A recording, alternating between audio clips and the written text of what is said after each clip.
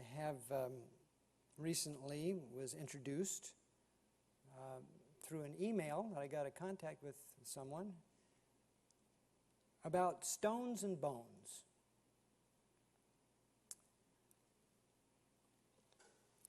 And I'm going to give him credit because I shamelessly stole everything I'm going to present to you today off of his website. And here it is, counterpartstudies.com. Bob Blum is his name. I haven't met him.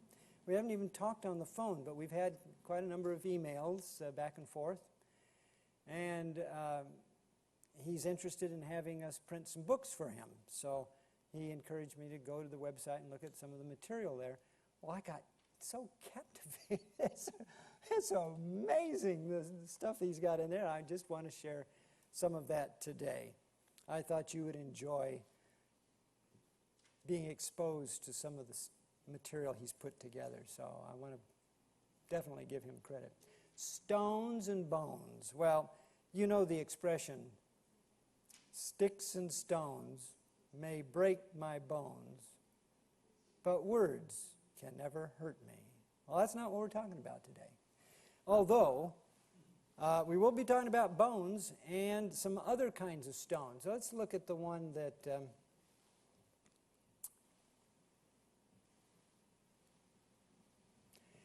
we think of in the Bible. Now, people got stoned. They brought a lady to Jesus and said, Moses says the likes of this kind should be stoned. What do you say? Well, that's not the stones that we're referring to, but it was a law that they were appealing to. Here in Exodus 31:18, it says, and he gave unto Moses, that's God, God gave unto Moses 2 tables of testimony, tables of stone, written with the finger of God. Well, we refer to these as the 10 Commandments, right? And that's the way we usually see them depicted. 2 tablets. One of them has 4 of the commandments on it, the first 4. And the second one has the last 6. What do we call those first 4 commandments? Why are they divided this way? Yes, our love and worship and respect to God, and to those, it's to the source, those who give us our being. Now, God is the creator, and He created all things, and so He's very first. But there's another one in there. This table actually, 4, including the Sabbath commandment. So all of those are the worship to God. And then 5th one, which begins the 6th on the next one, is our respect for our parents and honoring our parents who gave us being. We were brought forth from them. But it's the last 6 that deal with our love for others, our fellow men, our brothers and sisters, and how we connect and relate to them. So there is a natural division of the law, and many people have recognized this, and you go to commentaries that all talk about it. Now, where are the commandments located, the 10 commandments? In the Ark of the Covenant. And where's the Ark of the Covenant? It's in the most holy place of the sanctuary. And where's the most holy place? It's buried under a whole bunch of skins and coverings. So, do you see the 10 Commandments? Did the children of Israel see them? You would think that God would have wanted to have His law visible for everybody to see, and He'd prominently display it on a big set of stone 10 Commandments out in front of the courthouse, or on the wall in the judge's chamber, when you go to court. Isn't that what we do today?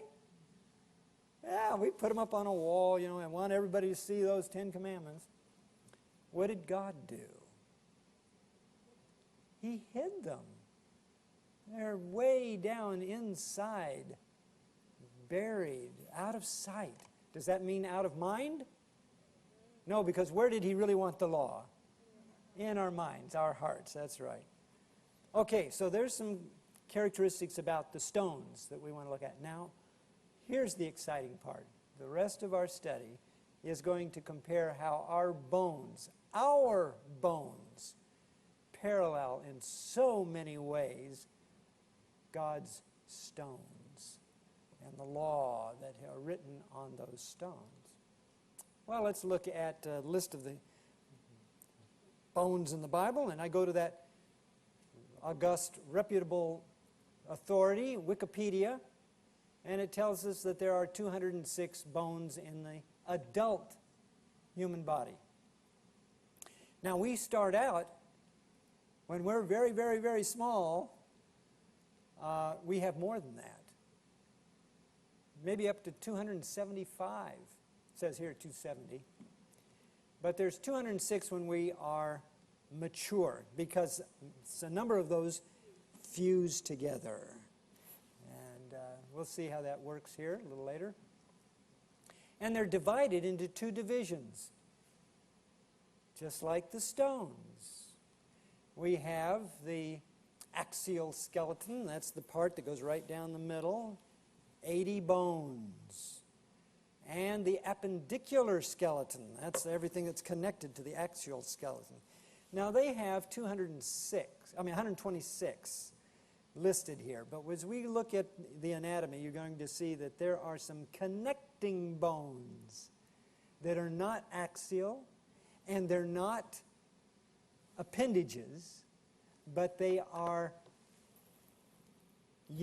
they yoke the two. They yoke an appendage bone with the axis.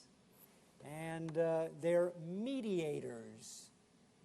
They serve kind of interfaces between both systems. Well, let's see how that works. Now, not much thought is given to laws or bones until we break one. Isn't that true? You think about your bones much, unless you hit your crazy bone or your little toe bone. Yeah, Carolyn broke one here a couple weeks ago. I broke one. I fell off a horse. The last bone I broke, a sawhorse. Well, it was embarrassing. I mean, I was not even 3 feet off the ground, and I broke my ankle. Horse. But you break a bone, you pay attention. You know about it right away. And then all the focus is on that bone. You may have ignored it before, but now you're paying attention. Well, what else about bones?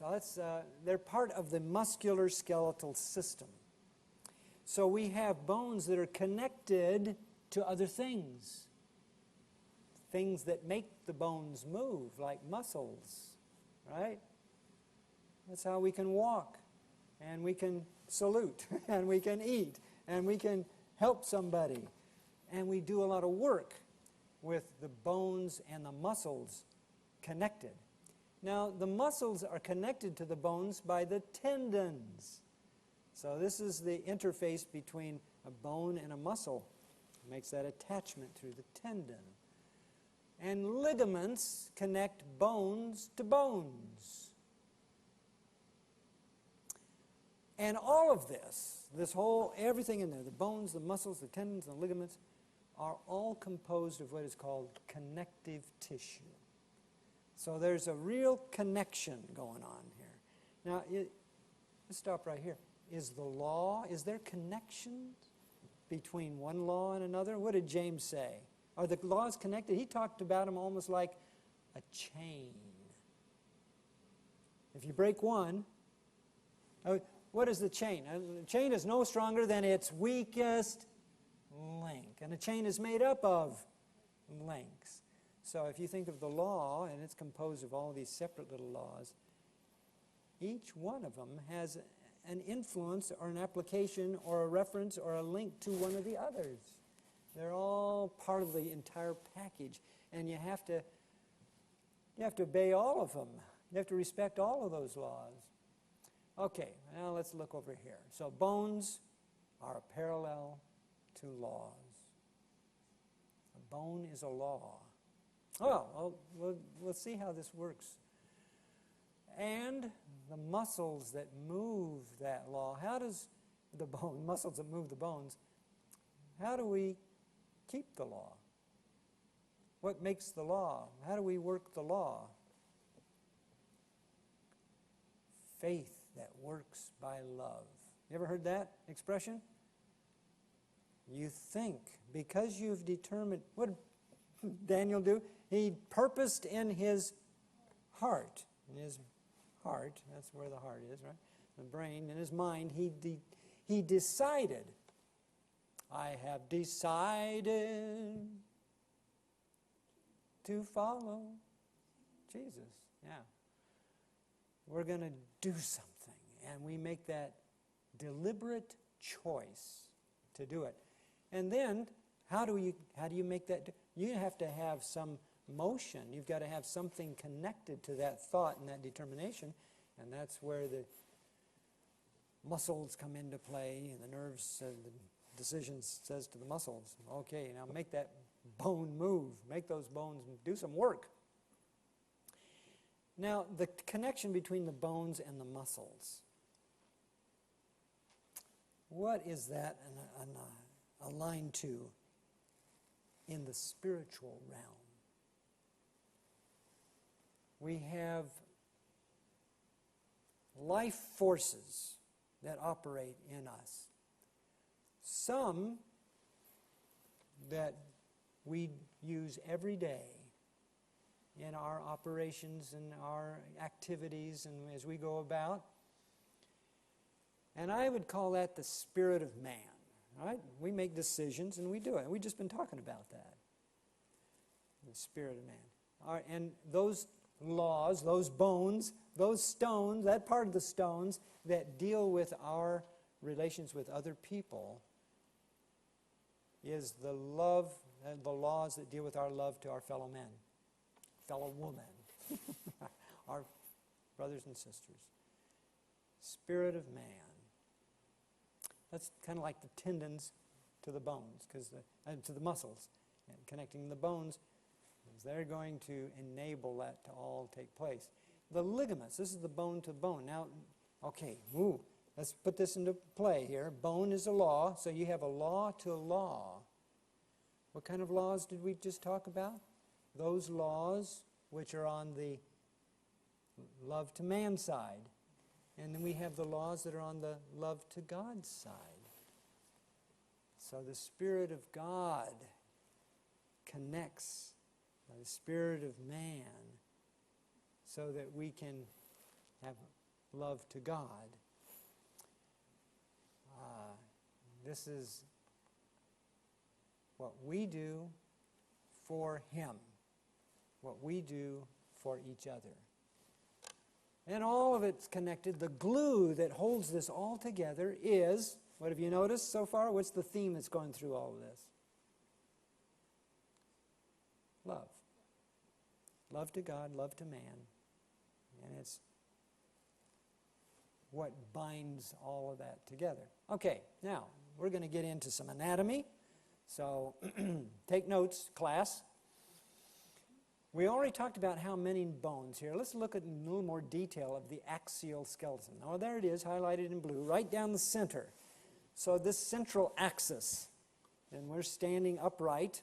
This is where all the weight is going to be directed, right? Straight down through gravity.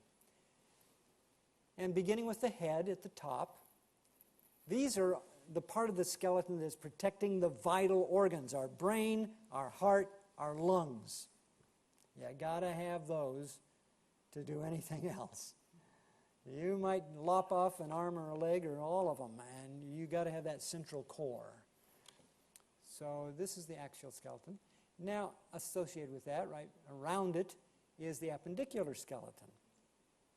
And so you can see this is where all the things that stick out from our body, all the bones that are in there, except, now let's separate these out. Over to the side there. Here's our 80 bones in the axial skeleton. Oh my, what is it? Can I try and remember the number? It's in my laptop up there. There's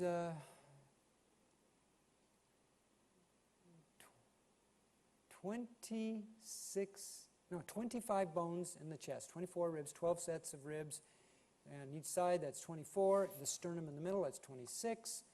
You got 25 bones in the head, including all the parietal bones and the facial bones. 15 facial bones. No, wait a minute. Wait, 8 cranial bones, 15 facial bones. It's a lot of bones in the face, isn't it? That's why they have just facial-cranial orthopedists. They specialize in just the face. There's so many bones just in the face. And then the vertebral column, total them up, it's 80 bones. Take my word for it. I counted them all up. Yeah, sure enough, it's 80 bones. Nice round number. Now, on the other side, in the appendicular skeleton, there are these connecting bones. Remember I talked to you about? Let's see how many we got. We got a collarbone on one side and a collarbone on the other. We have a scapula on one side and a scapula on the other. And these are not appendages. These bones don't stick out of the body. They better not. But they help stabilize and hold on to the bones that do.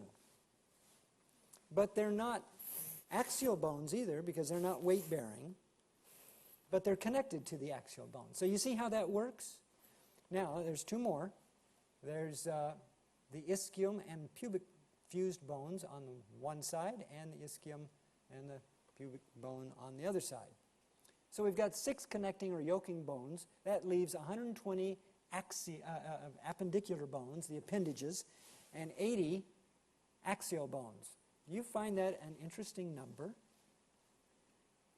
What's the relationship? We've got 200 bones total there, except for the 6 connecting bones, which is 40% and 60%. Remember, back to the stones now. What was the division of the law, the 10 Commandments? 4 and 6. Okay, you see the relationship here. They never taught me this in anatomy class, but I find it just fascinating, some of the things he has brought out in this study.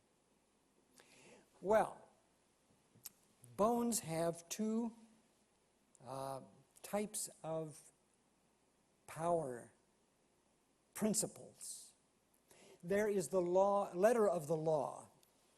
When we talk about laws, which remember that corresponds to bones, in Romans, I think it's 7:7, talks about, is it 7:7? Talks about the letter of the law. Well, 2 Corinthians 3 talks about the letter of the law and the spirit of the law. 2 Corinthians 3. Ministration, the death engraved on stones, and the letter of the law which killeth, and the spirit of the law which gives life. Is that done here? Is that here? Or was that back in? I think it's Romans 7. Well, the letter of the law. Now, what's the letter of the law? This is something that's going to happen regardless about what you feel or any relationship you might have with that law. It's cut and dry. And, of course, we all know the example. We always appeal to the law of gravity. It works no matter where you're at, no matter who you are, or what you think about that law. It's going to still work. That's the letter of the law. Now, in the bones, let's now translate this to our anatomy lesson here. The bones are composed of, when they're mature, calcium apatite, which is calcium carbonate type crystals, in a protein matrix.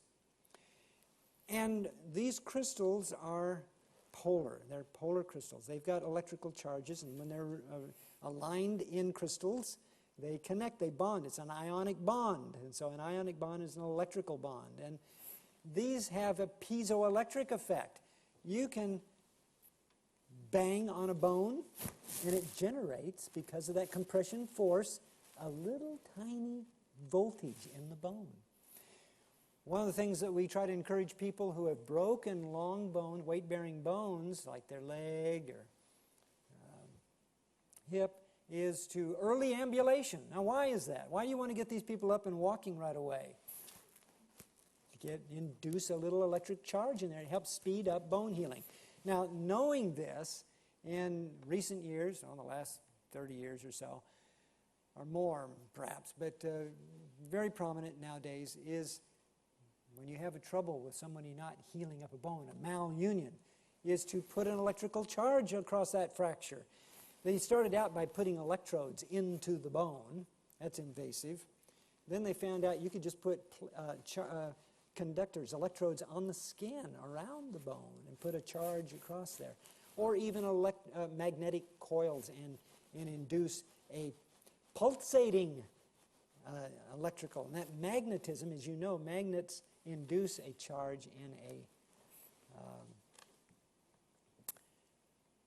in another electrical conductor. And in the bone's case, either of these three methods will help to speed up laying down new bone in that fracture. And in difficult to heal bones, this would work. So the real power of bones comes not from outside the bone. There's a principle. Where's the real power come from? This is the letter of the law. It's going to work even if the bone's not broken. You can still have the benefit. And that's why one of the reasons why you want to keep walking, exercise, because that keeps your bones strong. Stimulates them. But the real power of bones comes from outside the skeletal system. Now, why do I say that? Where's the power? We sing a hymn.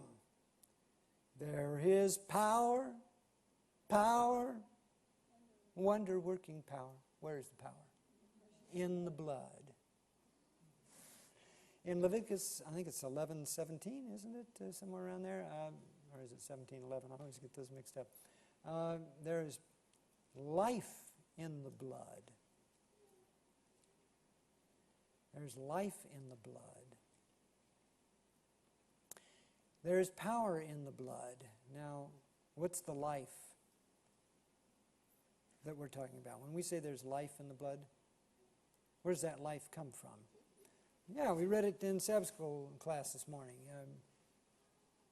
I believe it was Jesus, the instruction of his Father, let us make man in our image. And so then Jesus did, and he breathed into Adam's nostril the breath of life. That's his life went into Adam's and gave Adam life. So, what do we learn from this? If redemption comes by the blood, not by the law, will the law save you? Will keeping the law save you? Well, if you could. But you need some power to keep the law. Blood was shed with the very first sin. And the Ten Commandments had not been even spoken yet. I think they were recognized. I think they were expressed by Jesus to Adam and Eve. They understood many of the concepts of the Ten Commandments, and all of that certainly, thou shalt not steal was one of them. Maybe that was the principle in the tree of knowledge and good and evil. Don't eat of that tree. Well, if somebody says, don't take a cookie off that plate, and you take one, what have you done? You stole a cookie. The law came over 2,000 years later. Well, what's the spirit of the law? Because that's the mechanical side. Now, that it's a very weak power in the bones to generate a little electrical charge. There's a much stronger source of power in bones, in the physical, and we'll call this the spirit of law. Now, you have the letter of the law, and we have the spirit of the law. Spirit, the words that I speak unto you, Jesus said, they are spirit and they are life. So the spirit of the law is the life of the law, right? And that's where the real power is. It's a living relationship. It's not just a fixed, cut and dry principle that's always going to happen, regardless of how you engage with it or not. But the spirit of the law is based on your understanding, acceptance, acknowledgement, and engagement with a relationship, the source of that power. So how does this work? There's life in the blood, which we already mentioned. Where is blood produced in our bodies? Now we're moving from anatomy to physiology. In the bone marrow, that's right. Okay, so now think about this. Let's keep our parallels going here. If the power comes from the bone, that corresponds to the power comes from the, what's the bone parallel? Law. Where is the power made? Is it in the law? If we want to continue these parallels, that would be the case, right? Let's test this now. Bone marrow is where blood is made. It's a process called hematopoiesis. That's the physical.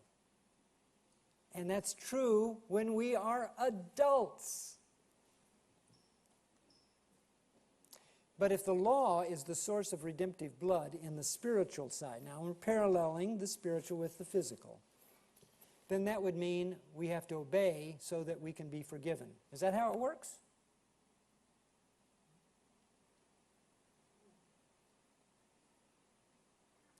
Or is there something missing here? Let's go back and study our bones and blood and find out if there's something else. Where does blood originate from? Well, we're going way back. This is the early embryo. Now this is an egg, but I like it because it's in pretty colors and it shows blood vessels in the yolk sac. That's the original source of blood in a developing fetus for the first few weeks. Now about week 3, it changes, and particularly in a human egg. Let's look at the human fetus. Here it's implanted in the wall of the uterus, but you still see the yolk sac, yellow. See the yolk sac there? And it initially is about shriveled away now, because now we've got a placental structure developing around this egg, and the blood from the mother is providing oxygen and a certain amount of nutrients, but it doesn't go directly, her blood does not go into the fetus. It still has to have some blood to circulate inside the fetus, and that came from the yolk sac.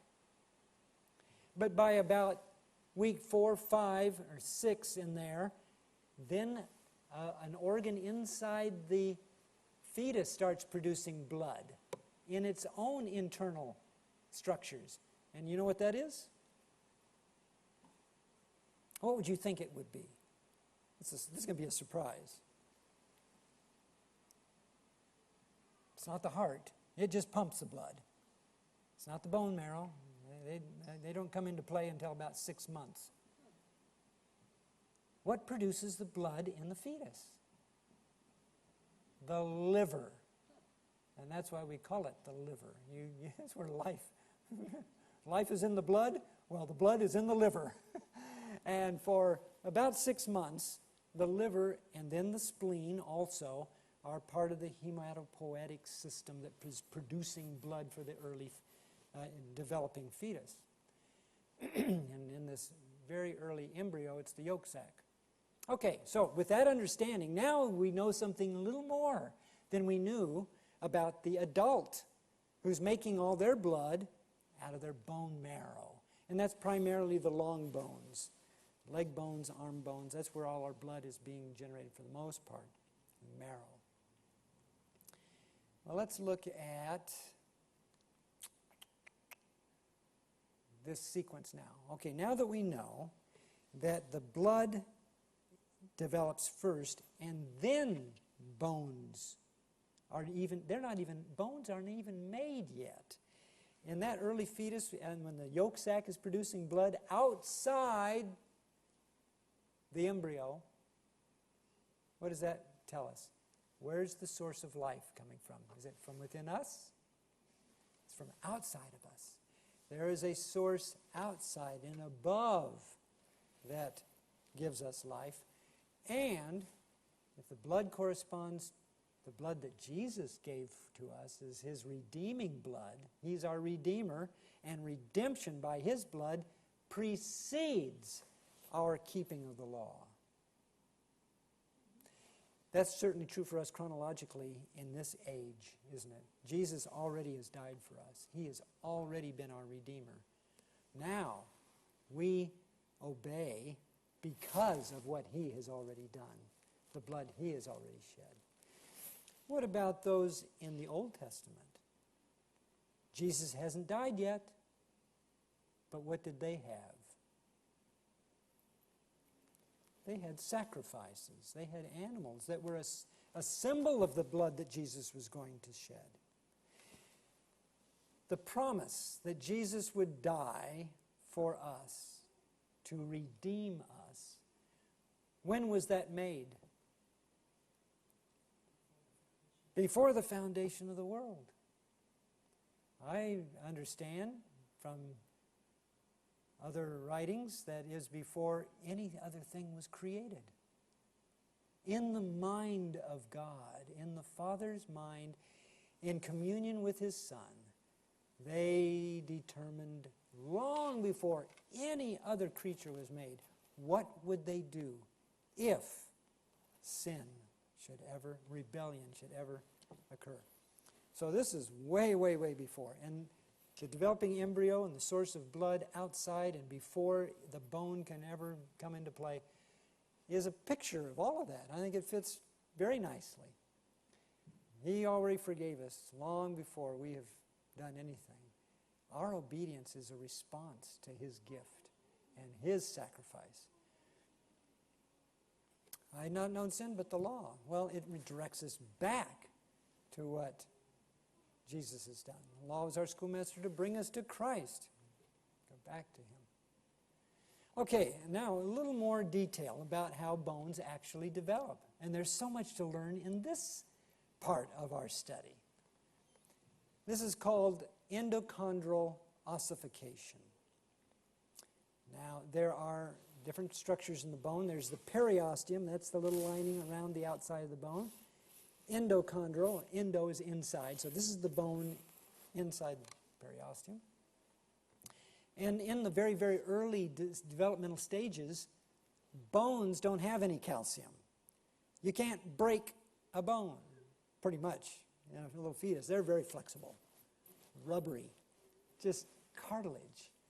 And over time, this is going to change. But this reminds us, we read in 1 Corinthians 3, Paul says, as unto babes in Christ, I have fed you with milk.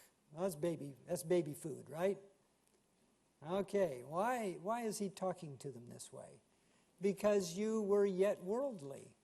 They don't even know anything about the sacrifice that the Father gave in sending his Son, and the sacrifice that the Son gave in giving up his life. They're unaware, and so he has to feed them milk. They're going to get their nourishment from outside. They don't have anything inside yet. No blood supply. And that early bone, those cartilage-shaped little structures that are starting to form, are nourished by diffusion. Oxygen, blood vessels are nearby, and the oxygen will get into those cartilage cells and keep them alive. It's like Paul said in Ephesians 2, without Christ. They were without Christ in the covenants. They didn't have the law yet. No bone. They're boneless. But they have things that look like bones. It's in the shape of bones somewhat, but it's not quite there. So the next stage is what's called the bone collar formation. So along the length, the long part on the outside, cells start to form. This is going to be the periosteum.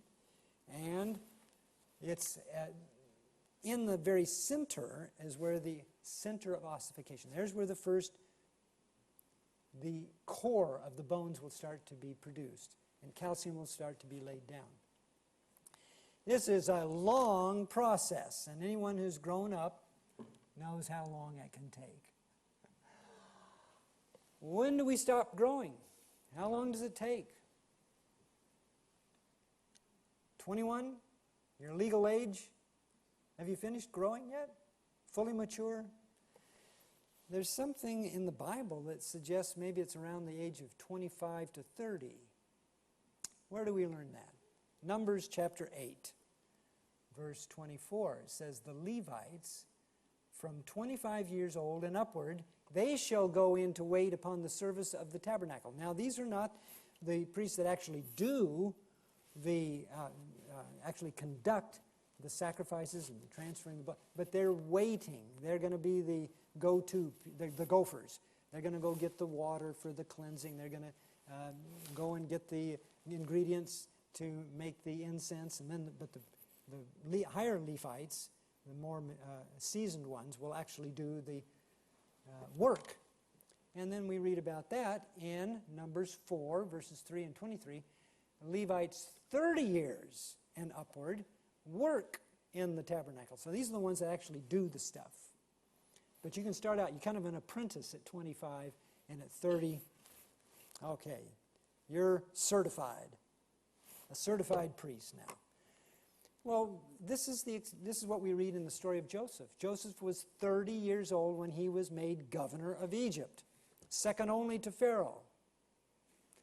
David was 30 years old when he began to reign as king. He had a long time before that. He's run from Saul all those years. He'd already been anointed, but he wasn't king yet until he was 30. Jesus, it says, being about the age of 30, went down to the Jordan to be baptized of John. Luke 3:23. That's when he began his ministry. So 30 is a very important number, and we see that as part of the maturity process in bone formation. Okay, in the center we have cavitation. What happens is that as the bone gets larger and larger, the distance between those blood vessels outside gets wider, and the inside ones don't have as much oxygen, and they start to shrivel up. They don't get as much nutrients. Isn't that what happens to all of us? We kind of shrivel up as we get older. And cavitation starts to form, these spaces. So cartilage is reabsorbed, and it's going to be replaced with an organized, structured, stronger, developed bone. And let's see how this works here. Here's what cartilage, this is a drawing of cartilage cells. If you looked under the microscope, they're just kind of round blobs. They don't have any organization. They're just all over the place. Here's an actual micro photograph of cartilage. So it's this big, round, bloated cells.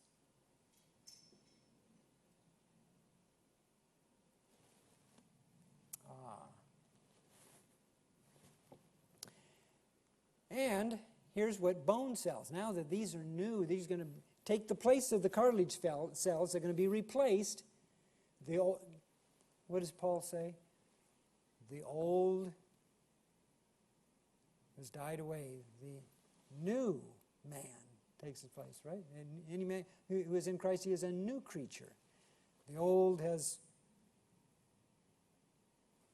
done away, and the new takes its place. Well, that's what happens in the bones.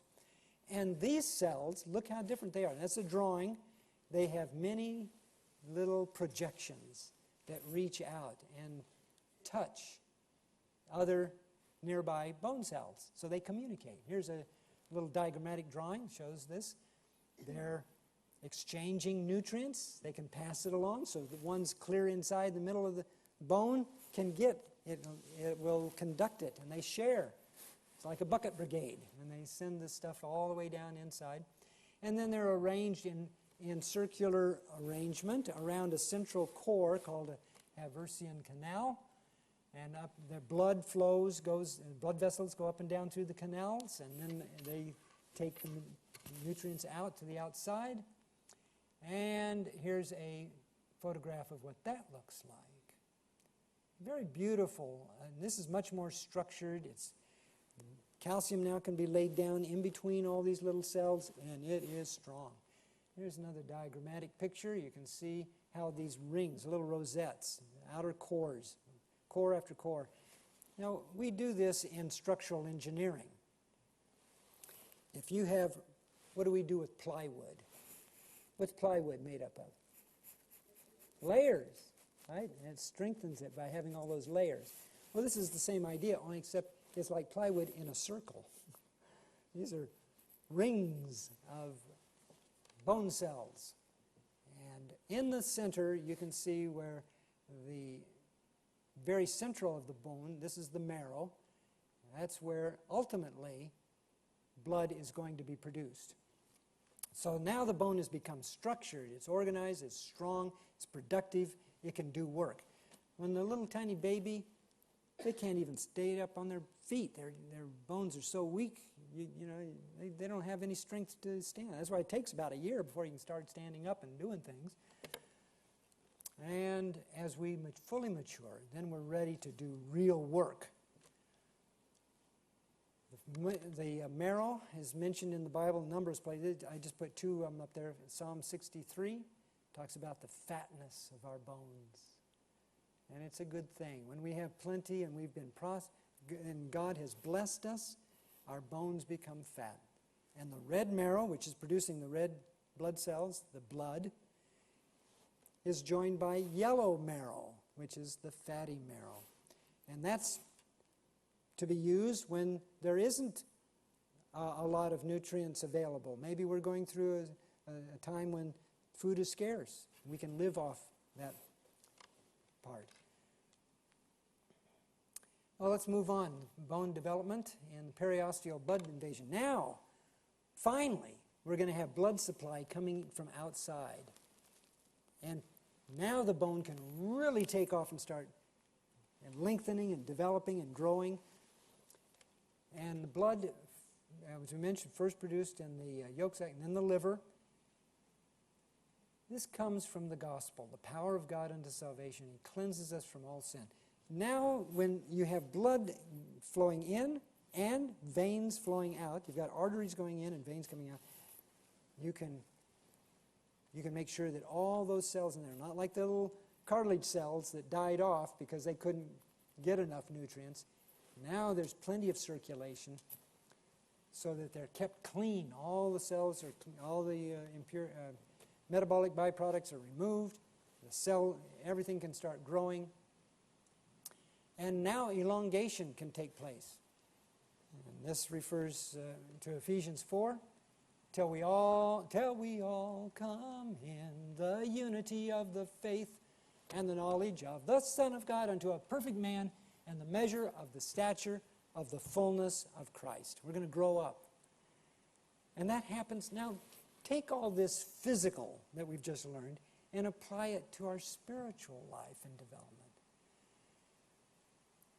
There's a life from outside of us that needs to come inside of us so that it can remove the things that shouldn't be in us and give us what we need so that we can grow into the fullness of the stature of Christ. And finally, when calcification and mineralization is born by the blood makes the bone, the mature skeleton can now work. James chapter 2, he talks about how I will show you my faith by my works. It's faith that works because of our love for Jesus. Faith that works. Practical experimental knowledge. What do we mean by experimental knowledge? And Ellen White uses this description a lot of times. It just doesn't mean head knowledge. Oh, I know all about this. But I've actually tried it out. I've experimented it. Oh, I've heard about cleansing enemas. I know they're beneficial. The book says that this is good, but until you've experienced it, you don't know how valuable it is. Yeah. So our vague, rubbery concepts, those little immature flexible baby bones become firm, reliable principles that can actually do something meaningful and be effective in the gospel work. There's so many, oh my, he's got so much more in this subject, and maybe I'll share some more at another time, but you just can't do it all in one presentation. Talks about how the sequence of the bones and which bones develop first. You know which the first bone to develop?